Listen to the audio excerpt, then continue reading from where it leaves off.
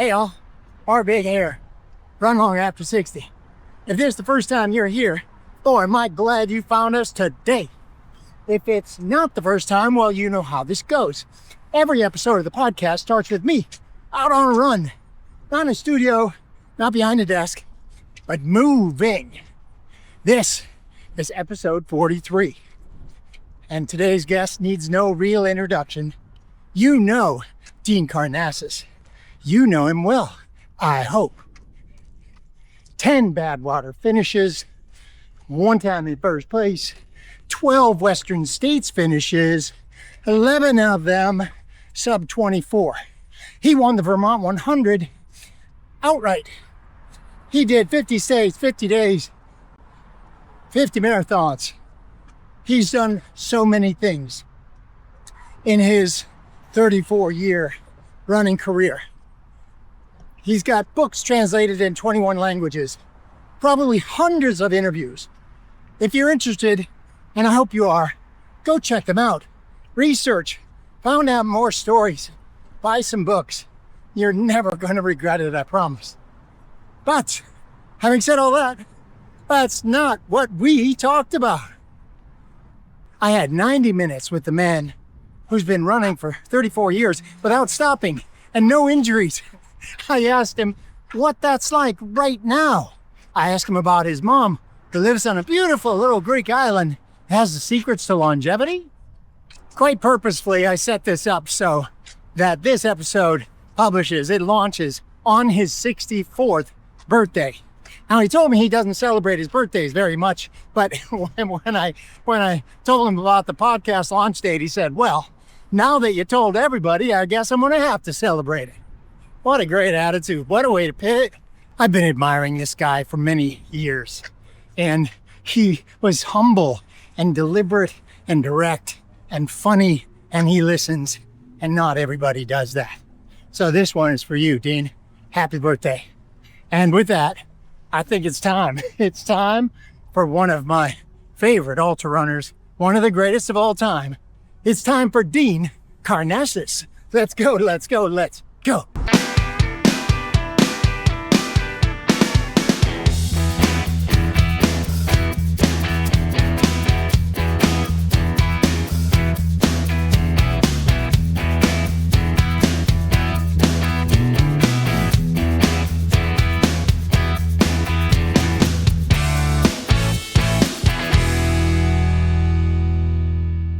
Mark Bega. Welcome to another episode of the Run Long After 60 podcast. Well, I had to learn a lot of lessons, had to knock on a few doors, had to read a lot of books and listen to podcast responses and go back in history to finally be able to have one of the greatest of all time, my favorite ultra runner that there is, Dean Karnazes. Dean, thank you for being on the podcast. I paid him to say that, people. And he's generous. You know, these days, this guy's generous. I mean, he's generous. All right. Here's my most exciting thing, Dean. So glad that you're here. This is going to air on your 64th birthday. You became a runner famously. This is a story you've told us all that we've read it 1,000 times. You became a runner on your 30th birthday, right? Tequila, no pants, 30 miles. That was 34 years ago. Between these two nights, that night and the one this is going to air on the 23rd, on Sunday the 23rd. And apparently, this is my favorite part, you haven't stopped yet. Does that arithmetic mean anything to you, Dean? 34 years. Long time. Well, I mean, I'll start by saying I usually don't celebrate my birthday. So I'm going to have to this year in honor of our interview, our podcast. But okay. Also, when someone asks me my age, I always say, are you referring to my chronological age or my biological age? And I think a lot of us now know, there's a difference between the two. But the other thing is, I like to think of my life as an out and back course. So when I hit 50, that was a turnaround point. So now I'm 36. I'm not 64. I'm going backwards. I'm counting down to 0. I saw you finish enough times, though, Dean. I got to challenge that. I'm pretty sure that doesn't stop at 100. I think you got to give yourself buffer. Look at those. Look at all the stats, and it's probably to at least 104, 105 and a half. So I'm not trying to rain on your parade here, but you're not folding 100 in half. That's not how it's going to work.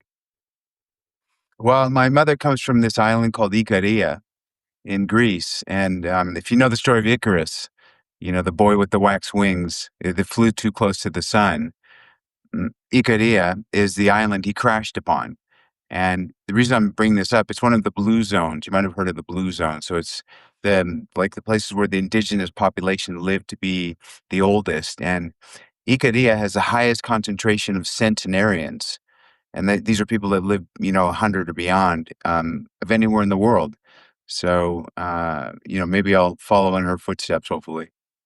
I was going to bring up Icaria in a little bit, but here's my question about that. I've looked at that geography. Yes, it's a blue zone, but your mom, maybe she knows something we don't know. Nobody's doing hill repeats out there, right? So talk to us. Go ahead. Let's talk about Icaria now, and its beauty and its the power of a community. But what's your take on it? Nobody's doing long workouts there, but people are living a long time.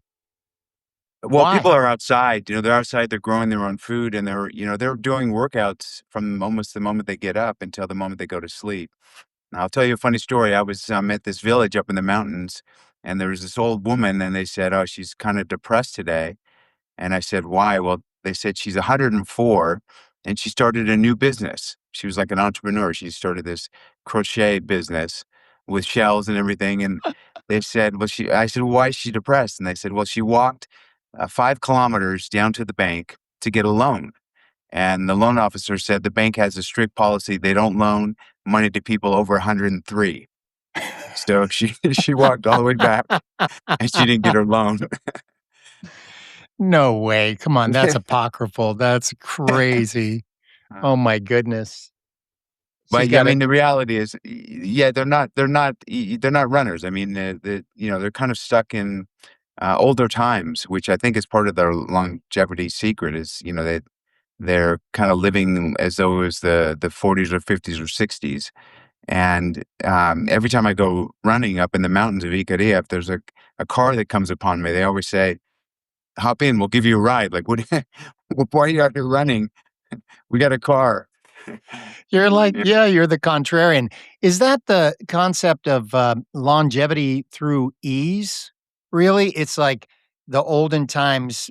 Is it communal? You do things with your hand. It doesn't, she wasn't frustrated that she had to walk down and walk back up the hill. She was only frustrated because she didn't get the loan, right? Not, uh, uh, does that ring true to you, that longevity with ease? Is that how Icaria seems to work?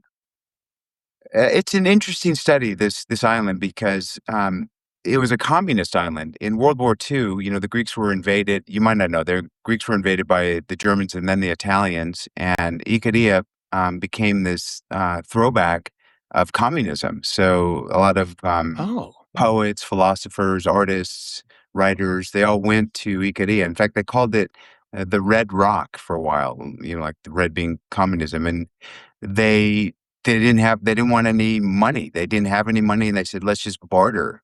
So it became this barter community, and everyone supported each other, and they kind of self-policed. So if there's a bad actor, they kind of ostracize the person from the island, and it's still carried forth that idea of just living with your community, not each supporting each other. And in fact, the markets there still have baskets they put out. Like when the merchants take their afternoon nap, they just put out a basket and say, leave your money here. And it's this kind of honor system, which I think that has been overlooked by the blue zone that kind of looks at mostly the biology and lifestyle. But the other thing with Icaria, there's no sense of time. Like people, they just, if you show up late for a meeting or, coffee by an hour, you're kind of early. They don't get stressed by time at all. And, we so live by time in Western culture, and they just don't give a shit about time. They just, they don't, they rise when they want, when their body feels ready to get up, and they sleep when they feel ready to go to sleep. When you visit, do you intentionally know or do you set it up so that you kind of unplug to the extent Dean Karnazes unplugs. Like, do you do that when you visit Icaria? Yeah, and I do, and I actually try to unplug daily. What do uh, you mean? but just mentally escape. The world is so heavy. I mean, there's such a burden on all of us with all of the pressures we have, whatever it might be. And every day I try to get out of that mindset and just exist. Don't worry about paying the bills. Don't worry about modern culture. Don't worry about anything. Just get lost in something. Mostly, as you can see behind me, the mountains and the outdoors. So I still, commune with nature daily, and I miss it if I don't do this. I feel consumed by modernity and everything that is thrust upon us in this modern culture that is so antithetical to what we are as a species. Do you encourage people to take breaks, to meditate, to put meditation and that kind of uh, deliberate movement towards your health? Do you encourage people to do that in the process of them understanding how to get stronger and run longer and et cetera, et cetera? Well, I don't encourage meditation because I can't meditate. There's a story about Gandhi, and this mother brought her kid to see Gandhi because this kid was addicted to sugar. And she said, please counsel him, my son, that he can't eat sugar. And Gandhi said, well, you have to come back in a month. And the woman didn't know why, but she came back in a month and he told the kid, don't eat sugar. And she said, why did it take you a month? And he said, because I was addicted to sugar and I couldn't tell him to stop eating sugar until I stopped. So now I don't eat sugar. I can't meditate. I meditate while I move. So I don't advocate meditation for everyone, but I do advocate everyone having a relationship with the outdoors. And I think that is very much lost in modern times. How many people have a relationship with the outdoors? Love nature, love being out in the wilderness. And again, I think there's something primordial about it and life affirming. We come from the place like behind me, and we're completely removed from it. I mean, I think most people go through the day without having any relationship with nature. I mean, they live in their man constructed house, they get in their car, they go to their office, they go shopping, but they don't have a relationship at all with nature. And I think that is, mm, it's really, it lessens the quality of life.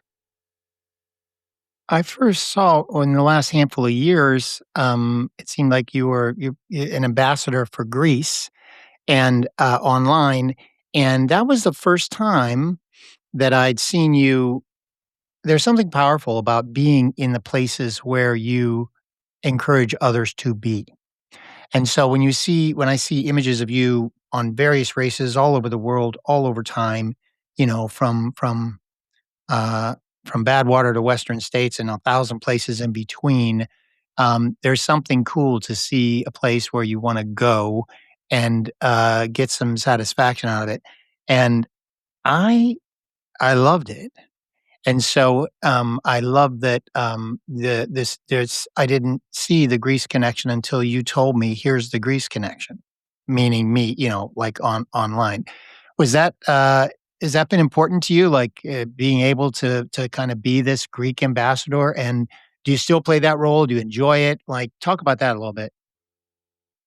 Yeah, well, I mean, I'll start by saying I'm 100% Greek, although I was, third generation. So my grandparents immigrated from Greece, and I was born in California, and have lived in the States for my entire life.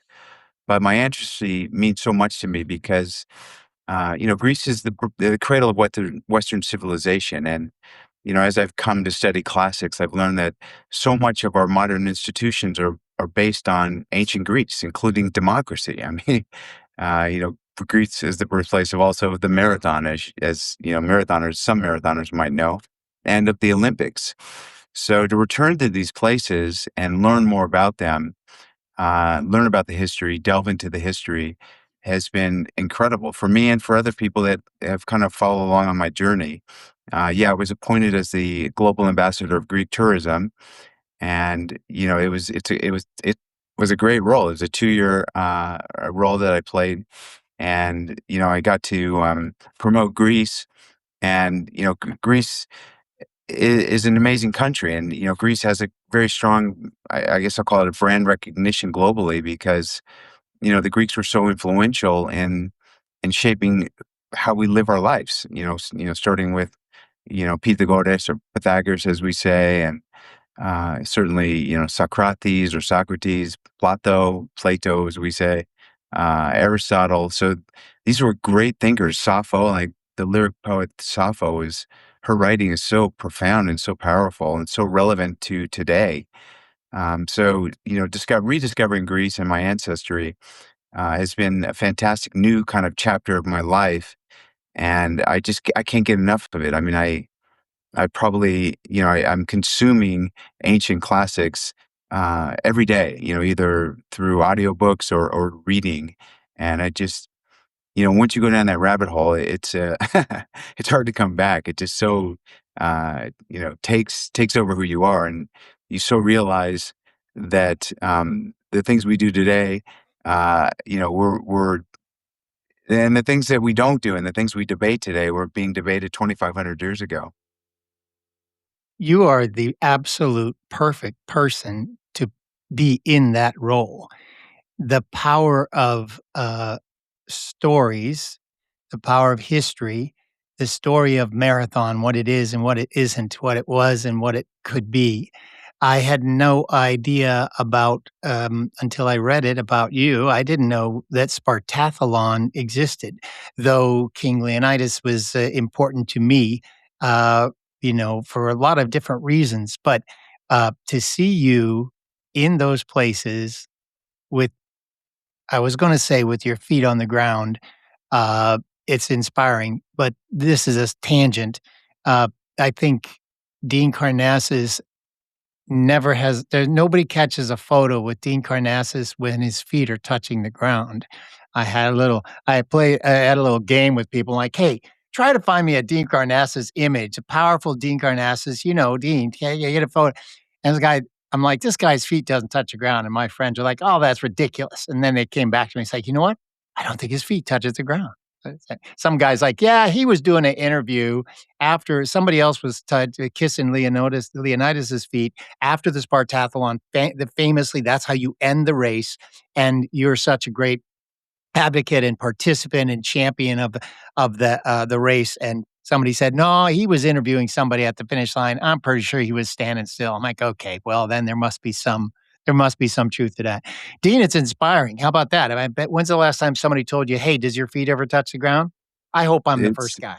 First it's guy or all no? AI. It's all AI. Ha ha ha! No way. No way. No way. Well, I Uh, mean, I, there's the in the running, there's the float phase, as they call it, of a runner where your feet are kind of temporarily off the ground, and those are always my favorite photos.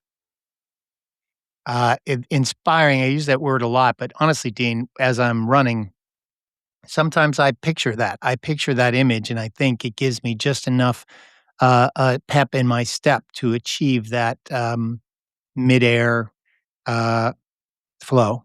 And it doesn't happen often, but I'll tell you, every time it does happen, I think of Dean Karnazes. Pretty sure that's how Well, it works. the other thing, Mark, is I've really changed my gait as I've gotten older.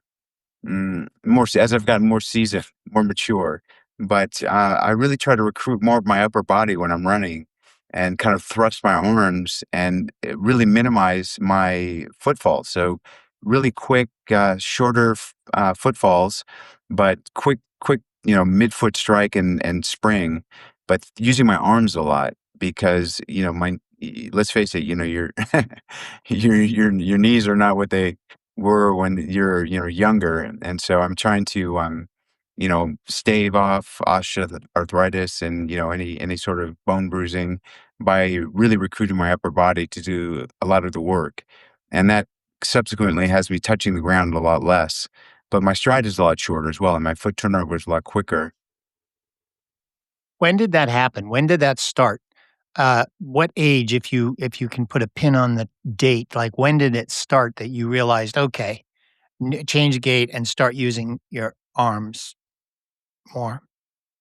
I think around my 50s, I started because I've always been physically, very fit. My whole body. I really kind of pride myself on having a strong overall body, not having any imbalances. You look at a lot of Yeah. runners, and they're pretty slender. Pretty lean, maybe a little bit too lean, and they don't have so much upper body strength. And I wanted, just always have that kind of ideal physique, the ideal Greek physique. And so I thought, okay, so you if you lost a lot of muscle weight, you're going to probably run faster and finish races quicker. But is it worth it? And I started thinking, how can I leverage this strength that I have in my upper body to my benefit? And I started just experimenting with really, over accentuating my arm swings and seeing, what sort of advantage that offered, and I found it helped a lot.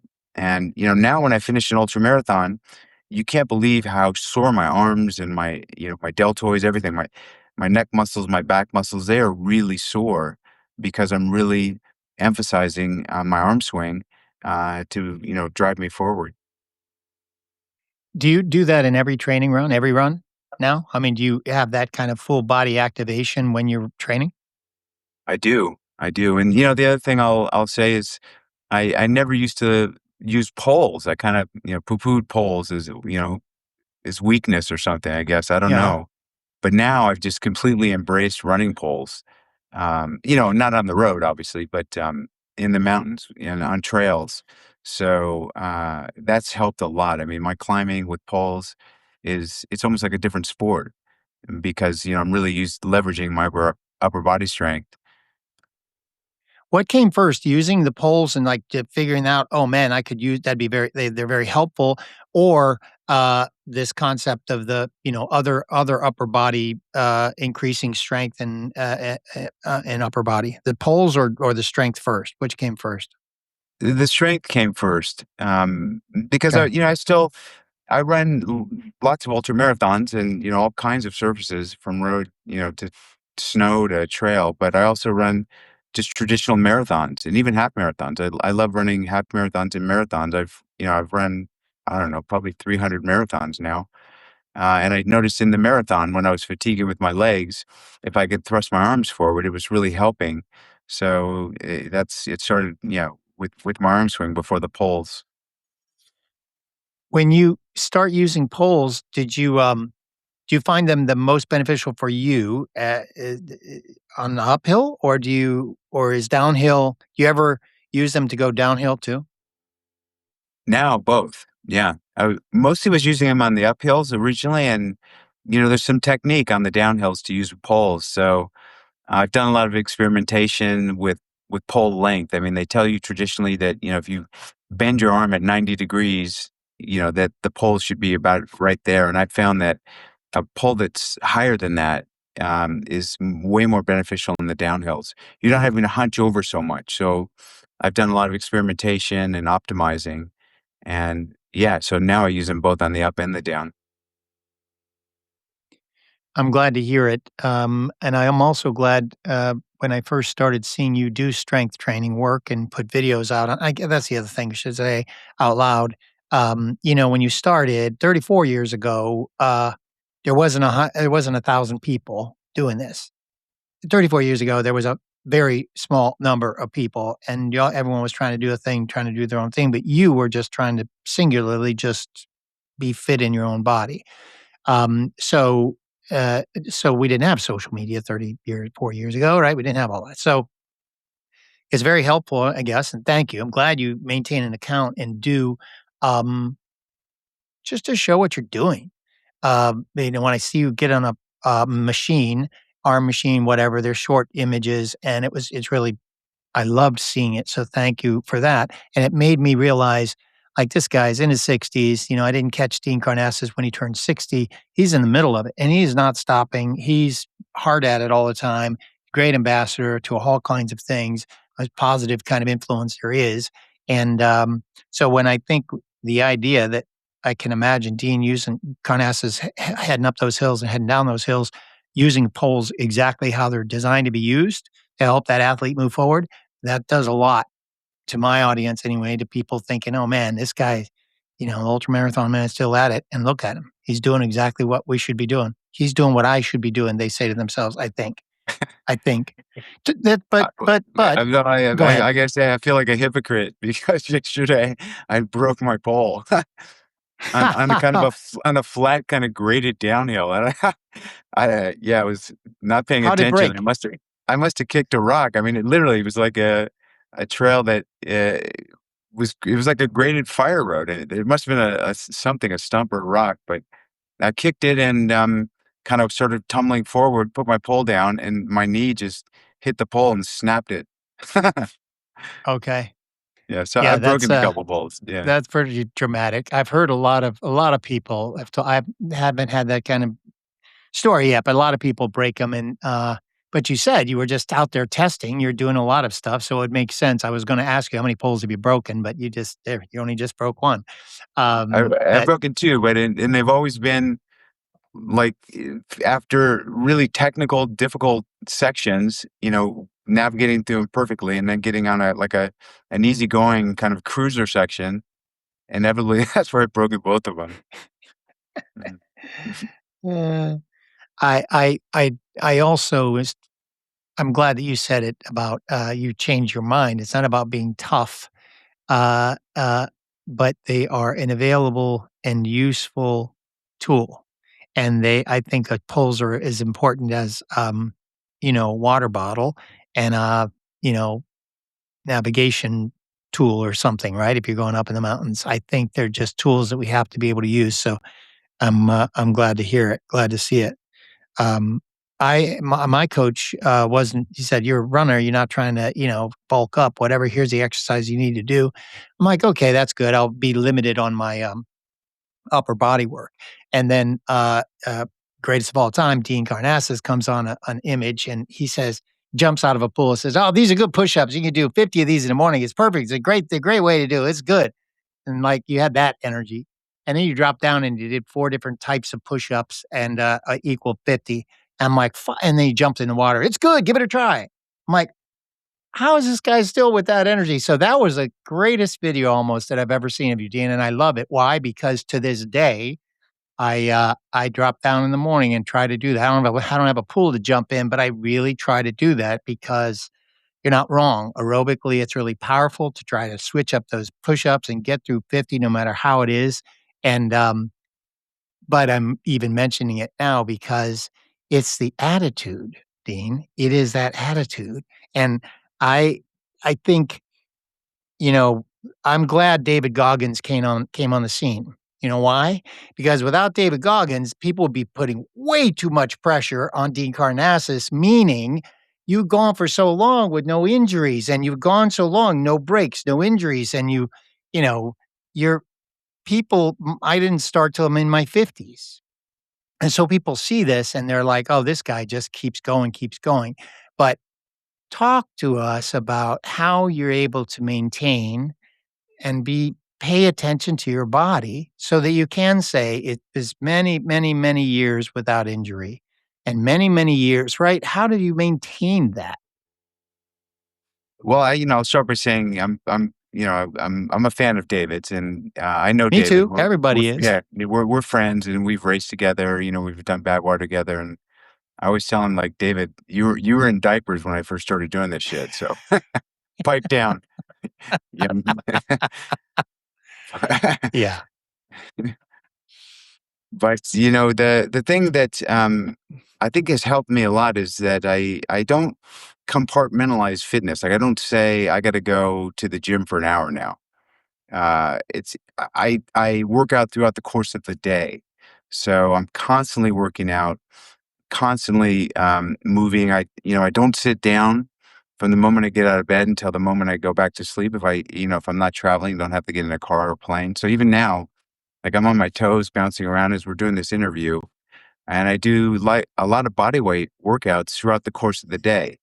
So like that hit training program at around the pool, I think I remember that one, but it's like something I do 5 or 6 times a day. And it's 12 to 15 minutes of hit training, high intensity training. And to me, it's a lot easier to do that because you can kind of already see, the finish line when you start this workout. Yeah, it's hard, it's intense, it hurts, but it's only 12 to 15 minutes. And then you go back to your daily routine. And then a few hours later, you do the same thing. So I've always been like this guy who works out throughout the course of the day. Like working out is just part of it's, again, this is an ancient Greek, ethos. I mean, the Greeks Yeah. invented the gymnasium. I mean, they would go there. The word gymnasium literally means school. So they would teach kids when they were in the gymnasium. I mean, Aristotle said, motion stirs emotion. Yeah, his students were known as the peripatetics or the wanderers because he taught them while he was wandering around Athens. Like he thought that you need to move, and that's how you absorb and stimuli. I'm glad that all those ancient texts still exist. I'm glad that people have an opportunity, hopefully, to pick them up and read them, whether they're inspired by Greek text. Well, everything's inspired by Greek text, but even if they're picking up Seneca and Marcus Aurelius and Epictetus and the Stoics, they're still getting the same juice from those gymnasiums thousands of years ago. I agree with that. But here's this: what if I've got somebody coming in right this minute, and he's also 64. He's going to be 64 too. And he shows up for himself and his physical fitness, but I don't want him to see you and think, it's too late for me. I could never be that. I could never do that. Tell him that he's wrong, Dean. How can you tell him he's wrong? He can move right now. What would you say to him? I would say there's an ancient Chinese proverb I love. It goes like this. The best time to plant a tree was 20 years ago, and the next best time is right now. So it's never too late to start. And you can't look back and say, I wish I would have been doing this earlier. It's every day is a new, fresh beginning. And the other thing I would say is, have a stick to it mindset because, you know, reestablishing your fitness is difficult. It's hard and you don't see a lot of improvements for a month or so. So, have this stick to itness mindset, hold yourself accountable. If that means, I'm accountable to myself. Like if I set a goal, I'll live up to it. But some people need, encouragement from others. So, rely on your family or your friend network to hold you accountable. Tell them I really want to get my fitness back and I'm gonna do it and I'm dedicated they'll keep you on the straight course toward your goal because if you start slacking, they should give you some shit. You deserve it. So yeah.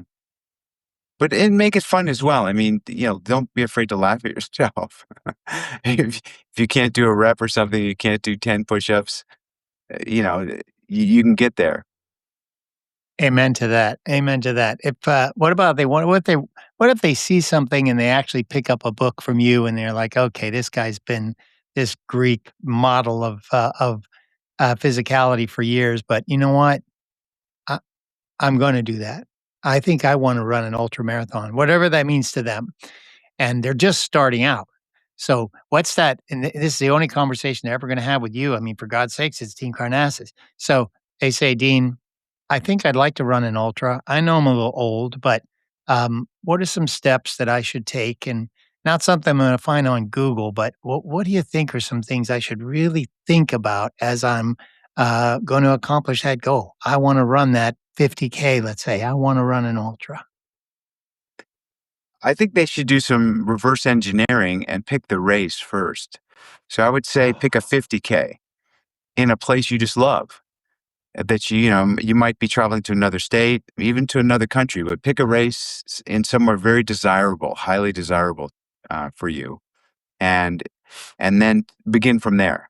You know, time it 6 or 9 months out, depending on your base level of fitness, and then start your training. And there's certainly a lot of training programs online.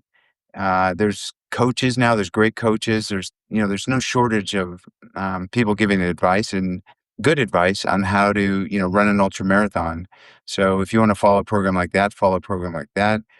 But also, I say know thyself. Look inward. if you're like me, an introvert, I much prefer training and running by myself. But other people like the camaraderie of a group. So if that's the case, I would say go to your local run specialty store, like the running store in your community, and ask them if they have any group training programs. Usually there's, daily or at least a few times a week training right out of the store. So they might say, yeah, there's a group that meets on, Wednesday, Friday, and Sunday. Sunday's a long run, and it's kind of a social thing as well. So if that's your nature, then, join up with the group. That's great advice. Tell them go to a run store because I think sometimes it's sounds great to say join a run club, but what? How do we actually do that, right? But you go to an anchor place like a retail store. So many great stories are about people that started doing running from a runners club run store, I guess, and that makes a lot of sense. I have images in my head, Dean, from all so many events that you've done over time, all the marathon, 50, 50, 50, 50, 50, all those, everything, all the things. But I those images in the past, except when you're in Badwater or even Western states with Badwater primarily have these images of you solo guy forever. And I know ultramarathoning can seem lonely because you're vast stretches of space between you and the guy in front of you and the guy behind you. But also, you were the first guy I saw on some news reports had to be before social media. When you did events, it looked like the Pied Piper, meaning you were running a thing and people came out. And if I am not mistaken, tell me if this isn't right. I feel you were the first guy to be out in the countryside around the whole United States to actually say, I'm going to be doing this thing. And if you want to come join me, do it. And that's what happened. Is that correct? Because that's what seems like. I don't think anybody did that before you. No, not so much. In fact, now that you say it, I think you're right. And I remember this technology. It used to be word of mouth. Like I'm running from, like I ran all the missions in California. There's this network of missions that go from Sonoma to San Diego. It's like 700 miles, kind of down the spine of California. And I remember doing that. I don't know, in the early 2000s. And it was just word of mouth started spreading, and people would show up every day at these missions to come run between two missions with me. And then this technology came along with, remember the Motorola flip phone? Of There course. was this technology called, yeah, exactly. It was called Bones in Motion, and it would send people like a text of your location. It was so ahead of its time. And I used that one time when I was running across the country, and I would have hundreds of people show up, getting these text messages of like where I was at. And it was really fun. But now it's almost like commonplace, but back then, and the other thing that's almost commonplace now is they call it these projects, these running projects where people want to like run all the 14ers or whatever they want. There's something that's not a race they want to do, and that really wasn't happening before I started doing these runs like the 50 marathons in 50 states in 50 days, which was in 2006. People really weren't stepping off the race course so much and doing these sort of, these running experiences, if you will. And now it's just as big as running races. That's why I mention it. I know the 50-50-50 has been covered in interviews and things for a long, long time, but because you're here with me, I really wanted to call that out and celebrate that because in the moment that it's happening, you were just, as I see it, you see the reports, watch the documentary from years and years and years ago, right? It all was new. And you were just happy that anybody showed up. A little surprised sometimes, because sometimes a lot of people showed up, right? And they weren't there because they were there because you let them be a part of it. And that's what I want to celebrate because you're right. Now it's everywhere and everything. And so come on. You've done a lot of different things and you capture them in many ways, but I'll be the guy who always says, yeah, Karnazes did that first. People were at first, they were like, what? He's doing what? That's the first question. And then they say, how long does it take? And that's the second one. And then the third question is, where is it? And they come and they find you. They found you. And even God bless him, is amazing. Andy Glaze, biggest Strava account ever. And, he's great on, so he's everything. He's great. Andy Glaze is great. And so he's a beneficiary of your project, of your 50-50-50, because now after all these years, he can do it too. And he's a Pied Piper and people following him along. But why I bring it up to you, Dean, in your 60s and my 60s and my audience in their 60s, aside from I want them to go to that run store so they can find find a club, but also I'm encouraging them, and I want you to encourage them, the moment they hear of any one of these things that you could intersect with a runner that you know somewhere in wherever you're at. Oh, they're going to be running along the thing.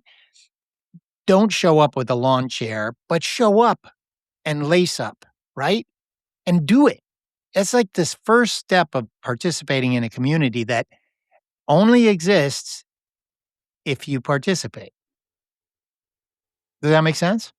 It does. And I think that, runners are kindred spirits. So there's a connection with people that are runners. And some people do a really good job of making it inviting, because it can be intimidating. Let's face it, going and running, especially with someone that's, of notoriety, that's either an Olympian or, someone of that caliber. You're like, they're going to kill me. So, it's in saying it's okay to walk, it's just the most important thing is that you're there and you participate, and there's no judgment. It's you do the best that you can do. And I think, there's a sense of satisfaction in giving it your all. I think the only time I'm disappointed with myself is I feel like I didn't give it my full effort. And so even if you're, in the back of the pack, if you're giving it your full effort, that's a great achievement. I think the biggest sin in life is just not living up to your ability. So if you're pushing as hard as you can, it doesn't matter what place you're in. Doesn't matter what place you're in. So does that lead us to talk about the times when you didn't finish the way you wanted? You you just didn't finish the way you wanted. And some people say that, we learn the most from our DNS. We learn the most when we don't accomplish something. Do you have stories like that? Does sometimes when you set out to accomplish something and it doesn't work out, what happens in your brain and then in your body? What happens? I certainly feel disappointed. DNF 6, I haven't had a lot of DNFs, knock on wood. I have had only a few, but people say, yeah, there's a lot of lessons, but I think the biggest lesson you learn from a DNF is that it really sucks. It's horrible. Okay.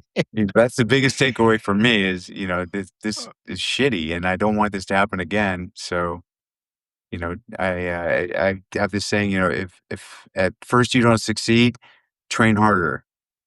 So, just prepare yourself better. But, you know, um, people, I think, sometimes bite off more than they can chew. And I don't think that's a bad thing. If you fail at something because the goal was too lofty, it's good. It's humbling.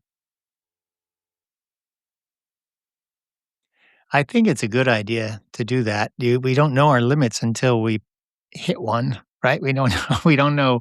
We got to pick hard things until we do something like, okay, that was harder than I thought. Clearly indicated by whatever happened to me, worked or didn't work. What about injuries? What about injuries? So you famously don't have injuries. And talk about that. Talk about the fitness that you have to maintain. Or what keeps us from getting injured? Not doing stupid things, meaning we really think through what we're going to do, so we de-risk that potential injury, or is it something else? Talk about injuries and how to avoid them and how you've been able to avoid them. Yeah, I mean, I've never had a running related injury. In 34 years of really pushing pretty hard. Uh, why? I don't know. I mean, I've got good biomechanics. Like I've been analyzed a lot, and my My stride is pretty pure. I don't pronate or supinate, and that's you inherit your biomechanics. They say one of the best things you can do as a long distance runner is to choose your parents well. So I guess I did a good job of choosing mom and dad. But I also think this cross training is really important.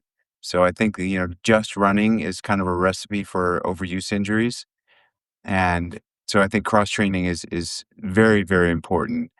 Uh, y- y- I haven't broken. I push always so darn, always pushing so hard, and nothing's ever snapped, nothing's ever popped, nothing, no, not there. I have no niggles, no Achilles, no hamstring. I don't know what it is, Mark. Maybe I'm just really lucky, but so far I can't give any advice because I haven't had to overcome like a torn hamstring or something or uh, yeah. Okay. No, that's why the question is valuable, and it's valuable to hear it coming out of your mouth, right? Straight from the source. Um, uh, have you ever had downtime where you would describe yourself as detraining?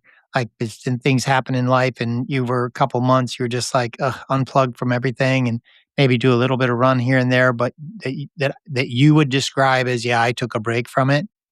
Over 34 years, have there been times when you've done that? Just take a break. I think there's just been lesser working out. There's never been a full break. I've never said I'm going to take a month off. There's I'm perpetually just signing up for new events, and it's kind of been a snowball because if you saw my inbox, I get these invitations for these great races all around the world, and I get treated like a VIP when I go there. You know, am I going to run in Patagonia if I get an invitation to go to Patagonia? Hell yes. Portugal. I mean, I can go on and on. Australia. So I keep getting these invitations, and they motivate me to train because I want to get there and show up in the best shape. So Well, tell, I've never had a break. I really haven't. I mean, okay. every year I've done even this year. I thought maybe this year is going to be the year where I start slowing down a little bit, and I can't tell you how many races I've already done this year. I really can't because there's been a lot of ultra marathons and regular marathons and half marathons.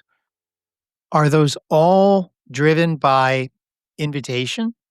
Because you are who you are, so you're constantly so do you set your calendar based on I would imagine there's a level of expectation, those invites are there all the time. So how do you set your race calendar? Is it all based on invitations to run somewhere? No, I would say a lot of it is also based on my desire to see a place. Okay. But and also, I have sponsors, so my sponsors sometimes want me to show up somewhere for like some sort of activation they're doing at an event, and if I go there, I get this all the time. They invite me to go to a race. They say, you can just do this book signing and then you can fly home. And I'm like, no, I'm at this race. I got to run the race. They're so surprised because I guess a lot of the invited athletes or celebrities, whoever they bring, kind of just shows up, does their thing, and splits. I'm like, no, I want to get out there and grovel with all the runners. Oh, Like, you would be yeah. called out so hard if if you of all people showed up and then just did the signing and then didn't run the race. Yeah, that you can't risk that. Has that ever happened where you just couldn't run the race and you had to leave? No, I would get shamed. I know it. Good. Yeah, that's what I mean. They would Yeah. crush it. You can't. And and rightly so, I think. Rightly so. Yeah. I think it's kind of lame that some of these athletes show up and just kind of, they're like prima donnas. They just, do their little appearance and, hold, kiss some babies and then split. I'm not that guy.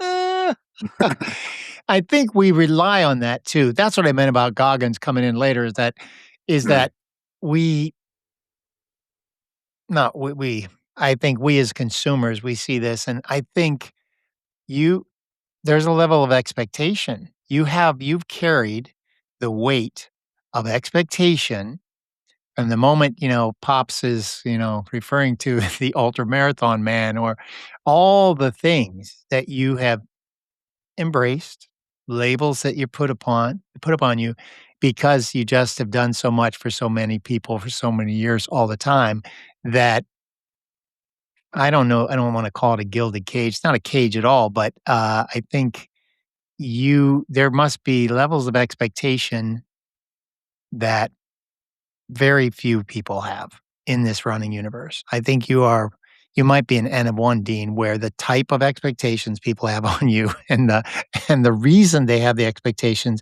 because you've been this way for so many years, 34 years, it's not stopping. He's not injured. He is indeed worthy of every accolade he ever gets. He is the ultra marathon man. Do you perceive it as pressure and expectation, or do you perceive those things as just, "This is my life, man." I think it's definitely the latter. I mean, Good. I just have a lifelong commitment to physical excellence. I don't know. It's just my hardwiring. So, whether if people are going to see me as they see me, uh, I would hate to be the hypocrite that is shows up with a pot belly, and and sagging arms, because I think that would for a lot of people that would disappoint them in a way. I think that but I'm not trying to impress people. I'm not trying to say, "Oh, I've got to go to this appearance and want to look my best for people." I just always want to be in the best shape I can be in, given my stage of life. So, I get a lot of funny comments. I mean, if you just shadow me around during a day, I get a lot of comments. I mean, I used to get a lot of people, like men, our age or younger, saying, "Oh, God, I read your book, and it's really inspired me. Now I'm an ultra marathoner or a marathoner." And now I get these kids saying, "Ah, yeah, my dad read your book and he told me all about you, and now I'm a runner." So yeah, and the other most common comment I get when people meet me, they're like, "Oh, you're so fit, but you look a lot taller in your books." Like, they see these What?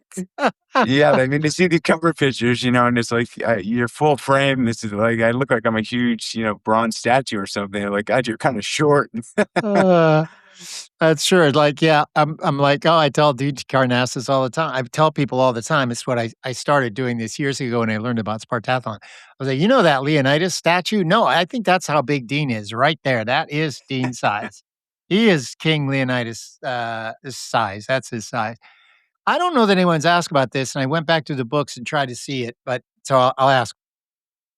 You make this decision at 30, right? And because you just make a decision, you can see if you can do it. And famously, and how many times honestly, Dean, how many times did I run past a Pizza Hut or some old a joint where I was trying to I still haven't done it, but I wanna run through a drive-through in my running gear or maybe just underwear, I'm not sure, but take a photo of me getting a pizza because it's so in my brain, it was so fundamentally important for me to picture you, that guy. But that's at 30, and you ran in school, up until you were 15, but there's this period of time, I think, between 15 and 30, there's like you were just working, and I don't what were you doing during that time?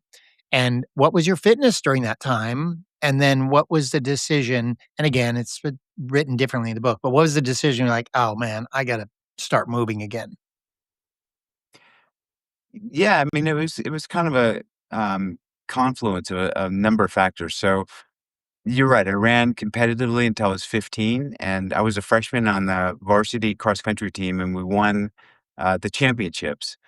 And I thought, "Okay, this is as far as I'll ever take my running career." I was part of this great team. I was the slowest guy on the team because I was 14 and, I was competing with guys who were 18. But, we won because of one I contributed to, the success of our team, and I thought, "Go out on a high note." So I stopped running when I was 15. I went through, um, college, and then I went to graduate school, and then I went to business school, and I thought, the recipe for a happy life is to have a good job, a good high paying job, and make a lot of money and live comfortably. And, I had a kind of epiphany on my 30th birthday that I was completely unsatisfied being a businessman. I didn't like it, Mark. I didn't like putting on a suit. I hated going to meetings. I felt like so out of place. And it just hit me that night. Maybe it was the bad tequila that, your life is is not what you want it to be. Like, you used to love the wildness and the freedom of just running. And so it's something just said, just go running, just do that again. And so you're right. I walked out of this bar drunk. I didn't own running gear, and that's why I ran in my underwear, because I had these silk, boxer shorts on. And yeah, I said, instead of having another round of tequila to celebrate my 30th birthday, I was going to run 30 miles. And that night forever changed the course of my life. I mean, I remember so many things about that night so clearly. Yeah, I remember the alcohol wearing off and me thinking, what the hell are you doing? This is a really bad idea. And then I remember looking up and seeing the stars, bright stars in the middle of the night, in the middle of nowhere, and it was like God spoke to me and said, "Look, you're a runner. Just be who you are. Yeah, it's you're not an MBA, making big deals. You're a runner, and be true to that."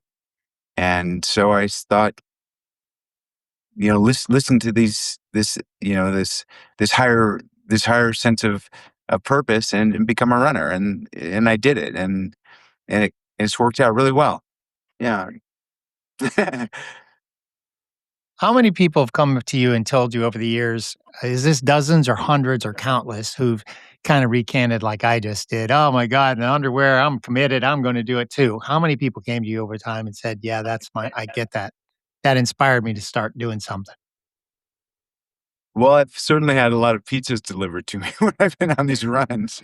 So it's almost like a running joke. Like, if I do a book signing somewhere, or if I do like sign up for a group run somewhere, someone is going to deliver a pizza. We're going to come around a corner and there's going to be someone standing there with the pizza delivery. So that story is certainly stuck. Uh, you still eat pizza? Not so much, Not but so much. if someone's going to go out of their way to deliver me a pizza, I'm going to eat it. But I'll tell you what, I learned something that is so controversial, and it is such a divisive topic. And there are haters, I mean, just haters out there of pineapple on a pizza. Oh my God. Every time I'm eating a pizza with pineapple on it, I get so much hate mail. It's just, and the Italians will slay you if you dare put a piece of pineapple on your pizza. Well, this is the cross you bear for the taste buds you have. You've got to do, you've got to do it. Let's shift gears to this, because now 30, from 30 to now 64, this episode is going to hit when you turn 64. And the Beatles tune, that's what I thought about, Dean Karnazes, When I'm 64. But in a runner's high, you really wrote about worrying. You've kind of got vulnerable, and you're like worrying, am I still relevant to the sport? And where did that go? Because clearly you're still relevant to the sport. Clearly we need your voice. Clearly you keep showing up, and people keep showing up because of you. But when you wrote that work, what was that thinking? What was the thinking about your own relevance in the universe of running and in ultra marathons? That running has become very competitive. Ultra marathons a lot of it has changed, and I never got into it for the competition. I mean, I've only once said, "Hey, I'm going to train to try to win a race," and it was the Badwater Ultra Marathon, and I trained to win, and I won. And okay, it was somewhat satisfying, but I've always looked at these ultra marathons as just an exploration of self, a great adventure. The inner and the outer landscape, and now it's started to become so much based on time. I mean, so much based on who's the front runners, and what new records are they setting. And certainly at my age, I wasn't one of them, and I kind of felt like I don't have a place in the sport anymore. It's all about competition and who's winning, these big races. And now it's kind of come full circle, at least in my mind. Now it's more about, yeah, there's certainly legends. Oh, yeah, there's certainly legends that are on the podium. Jim Walmsley comes to mind. I mean, Courtney, of course, heroes of the sport. But there's still a lot of people that run ultra marathons just because they want an adventure. They want a grand undertaking, and that's kind of the spirit of why I got into this. And I kind of wrote about that in the book, and I got so many comments from people saying, "My God, that's you're more relevant now than you've ever been."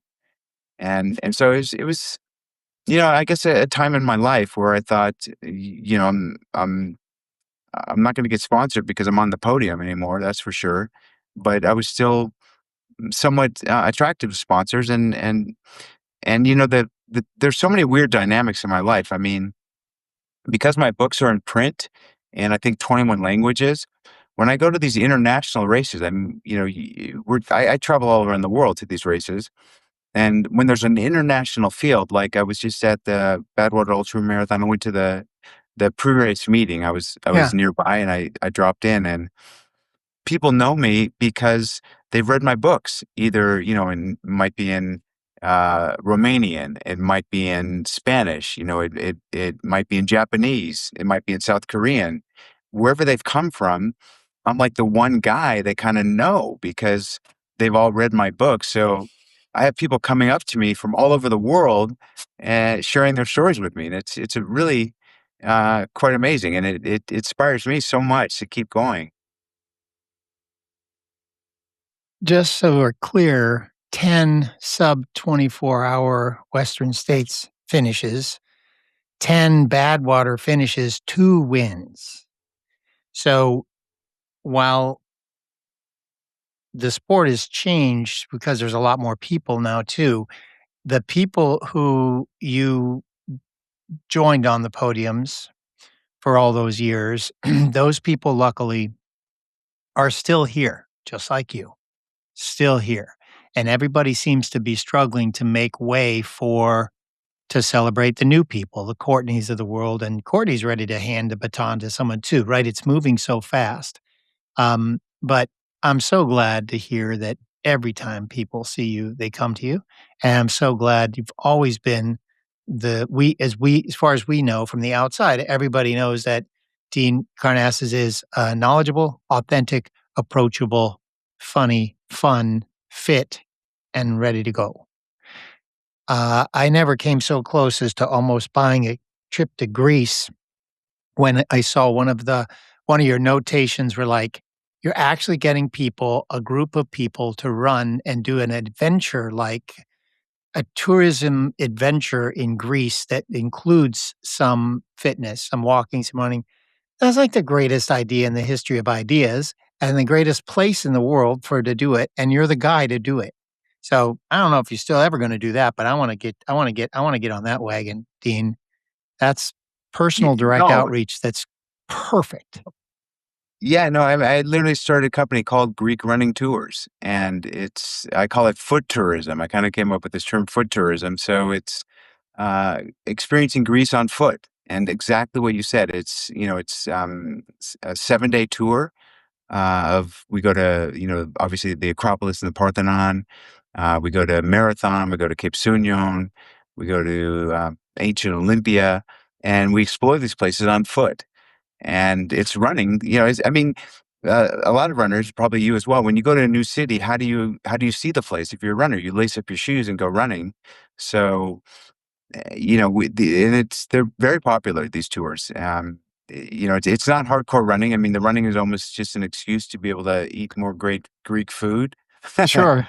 Yeah, and we have there's cultural stops along the way. There's gastronomy. I mean, we eat at the best souvlaki in all of Athens. There's photo ops. There's history.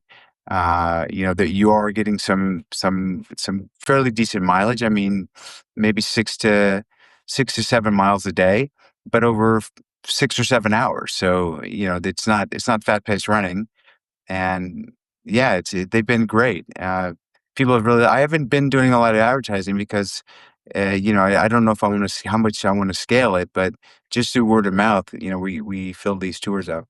But it's such a great idea. And, I'm constantly thinking about people in my age group. And these are guys, after anybody after 50. And so many times the first words out of their mouths is, I can't do that anymore. It's too old. And I don't know why they say it, but when I saw you taking people around, I'm like, look, Dean ain't stopping. This guy ain't stopping. He's still going to grab you by the hand and say, come on, I'll show you. Let's go check out some things. And in the meantime, you're going to be moving to do it. I love that.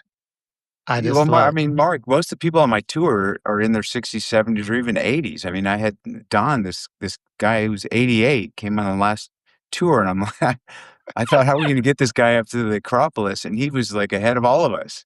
He's Oh, 88 that's years old. beautiful. He's run Boston like 15 times, and he's just an old goat, and he loved it. I mean, so yeah, the demographic that typically goes on these trips is a little bit older.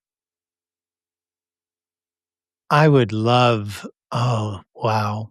The part of why I even started this program is because there's people that have great stories like yours. Yours is more publicly known than most than anybody else, but like that guy, 15 Bostons, had his heyday, blah, blah, blah, blah, blah, but even now, he's still out there in getting fit, staying outside with stories.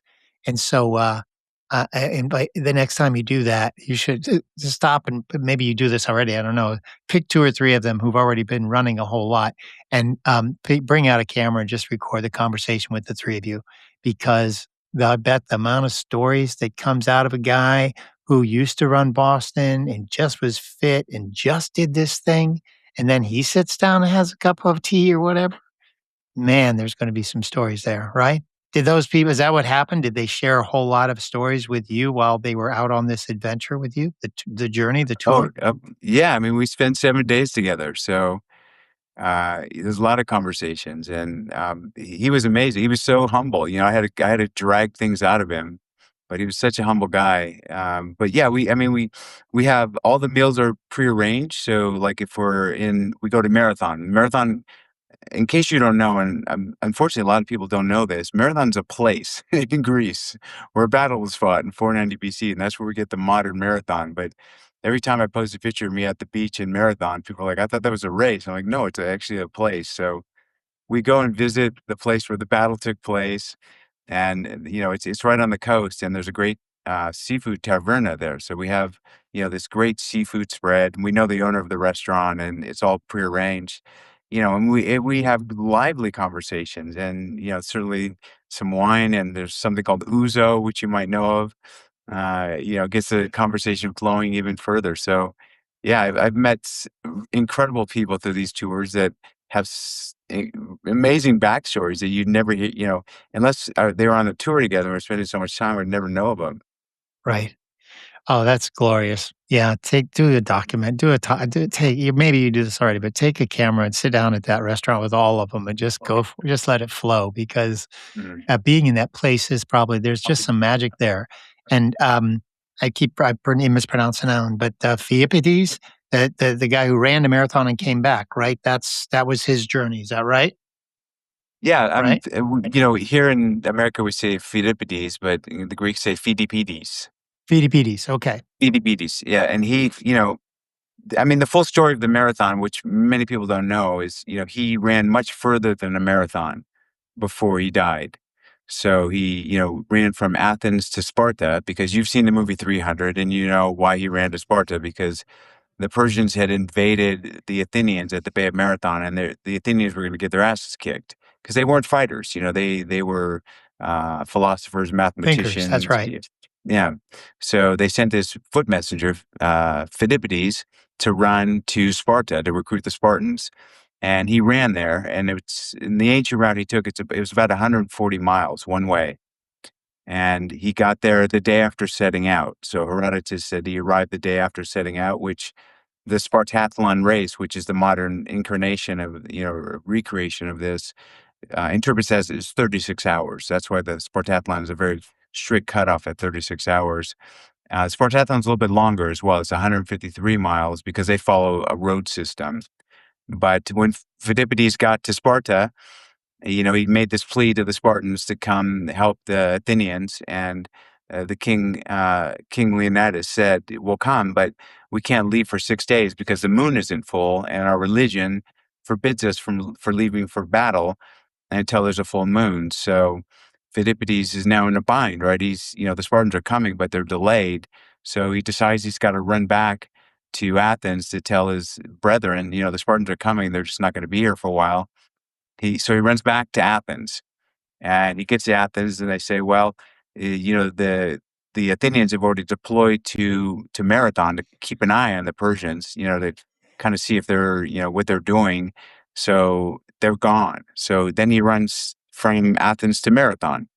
He consults, with General Miltiades, who was the leader of the Athenian forces, and said the Spartans are coming, but not for 6 days. This general says, we can't wait that long. Like every day, the Persians are reinforcing their position on the beachhead, so we got to invade. We got to attack tomorrow morning. So they attacked the next morning. They somehow drove the Persians away, and they won the Battle of Marathon. The Athenians, they were supposedly outnumbered 10,000 to 100,000, but they still won. They lost 192 people, soldiers in the battle, so they buried the dead, which was a tradition.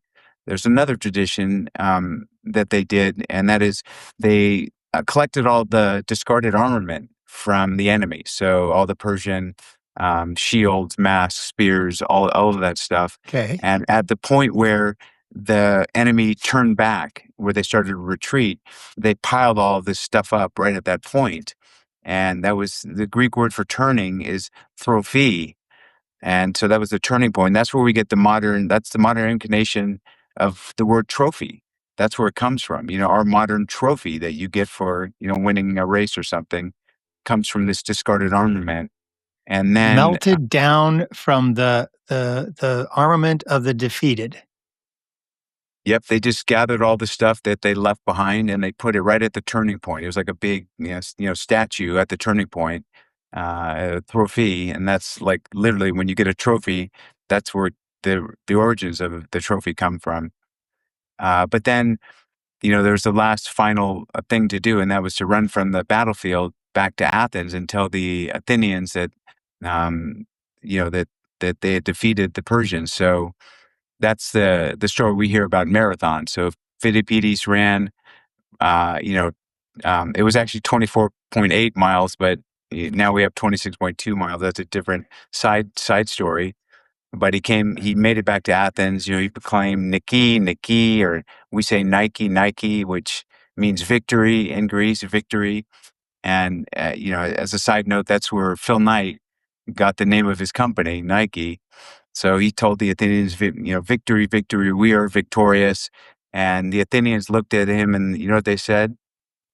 They said, yeah, dude, we know the Kenyan guy got here an hour ago.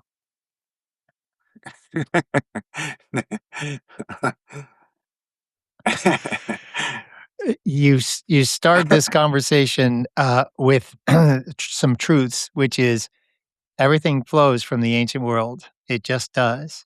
And the idea that that's marathon comes from that. And is there a race? You've done Spartathlon, obviously, and 1,000 marathons or hundreds. Is there a race that actually covers the entirety back and forth, back and forth, back and forth of Phidippides? It's so interesting you ask, because there is a race called, there's a Spartathlon, which is from Athens to Sparta, and there's a race called the Phidippides run that is from Athens to Sparta and Sparta back to Athens. Now is their 10-year anniversary of this, out and back. And they said, well, we should finish at Marathon because we know from the ancient record that Phidippides. So now they're going to have the race is going to go to Marathon. But I'm going to even go further than that. I don't know why. I should talk to the race organizers. He didn't finish in Marathon, right? He finished back in Athens. So I'm going to do the Athens to Sparta, Sparta back to Athens, Athens to Marathon, and then Marathon back to Athens. So that race is in November, and that's my next big race I'm training for. It's 350 miles total. I'm very excited for that race. I'm very excited for you to do that race. I'm very excited to see you do that race. And then I'm very excited for you to, no matter what happens in the race, to put on a tour and let us take more than, 4 days to do it. And then let's go on that tour. That's the tour right there. Oh.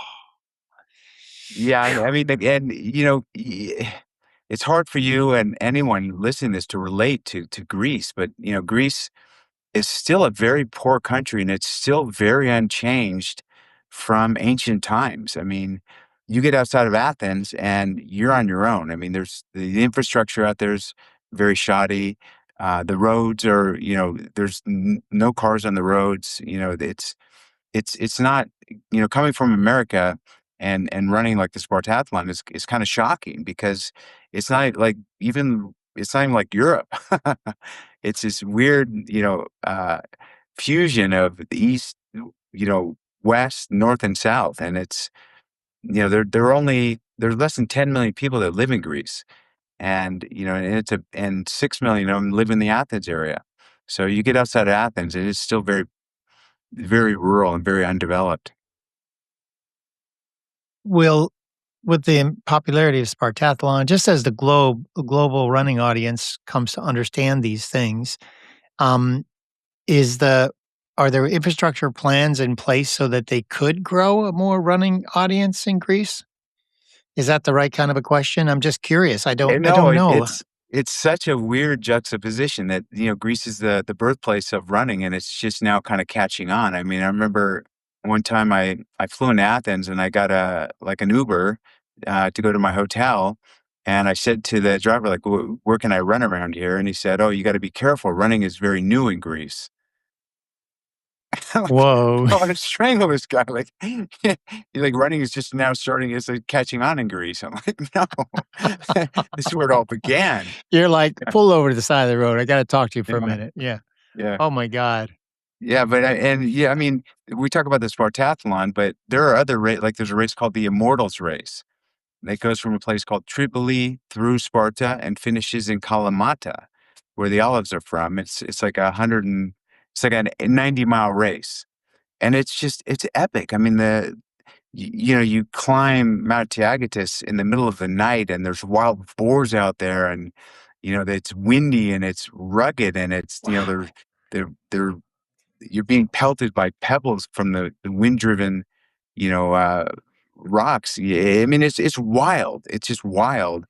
And then you finish in Kalamata, which is where the olives come from, in the main square, and it's 90% Greeks that do this race. There might be a Okay. couple Italians, maybe a French guy, maybe a Croatian, maybe a Romanian. No Americans at all. I mean, I did a race that's 110 miles. It finishes on the ancient track in ancient Olympia, literally the place where the first Olympics began in 776. That's the finish line. And this race it's it's undescribable how beautiful it is up in these mountains and how rugged and how alone you are. And again, it's 90% Greeks. Not I was the only American. I'm not really true American. You just don't. There's people not coming to these other races in Greece. The Greeks don't advertise it very well, and a lot of the Greek race organizers don't speak English. They only speak Greek. So Greek is still really like untapped for this modern era of running. How many race companies are there? I'm so curious. In my mind, I guess I was thinking there must just be a couple, but are there a lot? I mean, does each race like that, like the the uh the mortal immortals, is that one race company and that's the only race they put on? They put on maybe 5 races. So they have one Okay. called, there's the one that goes around the Mount Kronos, which is, Kronos is the god of time. And again, it's a 50-kilometer race, and it's, I think, almost exclusively Greek. There's a race I did a few weeks ago called the Mount Olympus Marathon, and they have an ultra as well. So Mount Olympus is where Zeus is from. I mean, it's Mount Olympus. It's like you hear of Mount Olympus, right? And you know what it is, you know of Zeus, but this is actually the place where Zeus and the 9 gods are from. And this marathon is from sea level to the top of Mount Olympus, which is about 10,000 feet, Oh, wow. and then back down to sea level. I mean, it's just Wow. brutal. It took me over 10 hours to finish a marathon. And there's 10,000 feet of climb, more than 10,000 feet of climbing. And it's on Mount Olympus. I mean, it's just the most rugged, incredible mountain, and there's no Americans. I was the only one from the U.S. Do they want it to be more people, or are they just fine the way it is? Because that's the way you're talking about it is like people need, yeah, that's what a destination that would be. Well, a lot of these people, you have to understand, they've never been outside of Greece, so they don't have a very international perspective. They don't know how to market to the US.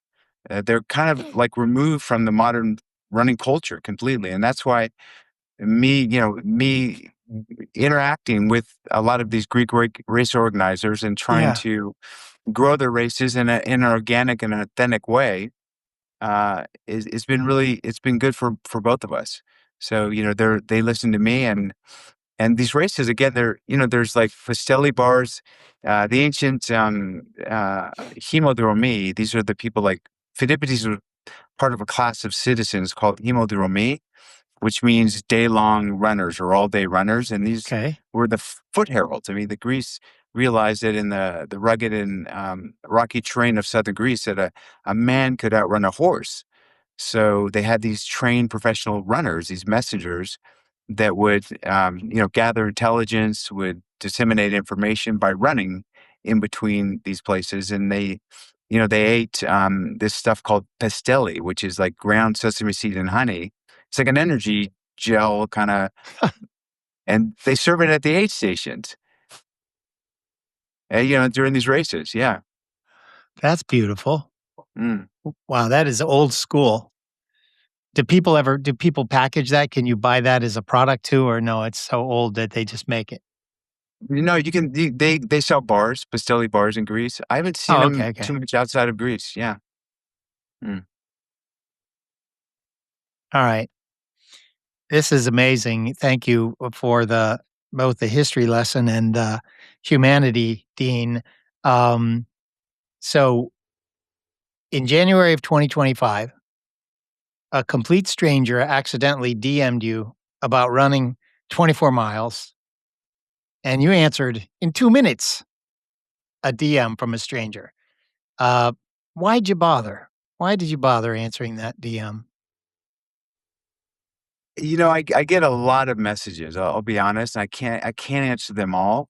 But when I see a message, if it pops up when I'm looking at the message, my direct messages, these messages touch me. Like I don't know who it was. I can't remember this responding at all. But if I see someone who wrote something like that to me, I just want to respond. I mean, yeah, I want to help people, experience the same sort of joys I've experienced, and anything I can do to achieve that goal, I'll do it. And I wish I had more time, Mark, actually, to answer every DM because these people are, sometimes searching. I don't know. I can't remember specifically what it was, or they've done something incredible. Like so a lot of people say, like I read your book and I just went out and went for a 10-mile run. I haven't run in 20 years, and I ran like I couldn't even sleep. I read your book all night. And I went running. You see a message like that, I've got to respond. What was the message? You got to tell me now. It's like a teaser. It was a photograph of a guy, just ran 24 miles, and the guy was brand new to Instagram really and didn't know what he was doing and thought that to post on Instagram, all you had to do was, you couldn't just walk away and post it. At the time, he thought that the only way people would get that message is that you sent that message. So the DM interface opens up and all the people that he had been following at that time, not too many, among them, though, the greatest ultra marathon runner of all time, Dean Karnazes. So he hits the send button. He hits a send, send, send, send, send, and there's probably 15 people. And but it was only after the fact that I realized, oh shit, that's not how I'm supposed to do it. And Dean Karnazes, one of the greatest of all time, within minutes, texts me back. I was just celebrating. I did 24 hours at night. Yeah, let's go. That's all. It wasn't the great. It was just that.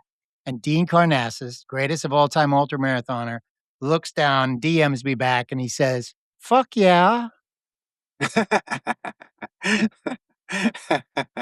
So Thank you, Dean. You are a consistently good human, and I'm so glad that you joined us. You joined us today. I want to see you out there on the trails. I want to see you in Greece. I just want to see more of you, and I think people will have the opportunity to do that because the way you communicate with them on your socials is pretty powerful. So, anything you want to say before you say goodbye? But you're just awesome, man. I thank you for being here. No, it's been a real pleasure. I've enjoyed our conversation a lot, and thanks for celebrating my 64th birthday. And I guess I'll have to spread the word about the podcast. I think you've got an obligation, duty, responsibility to do that. You're really amazing. Generosity is supreme, and I appreciate it.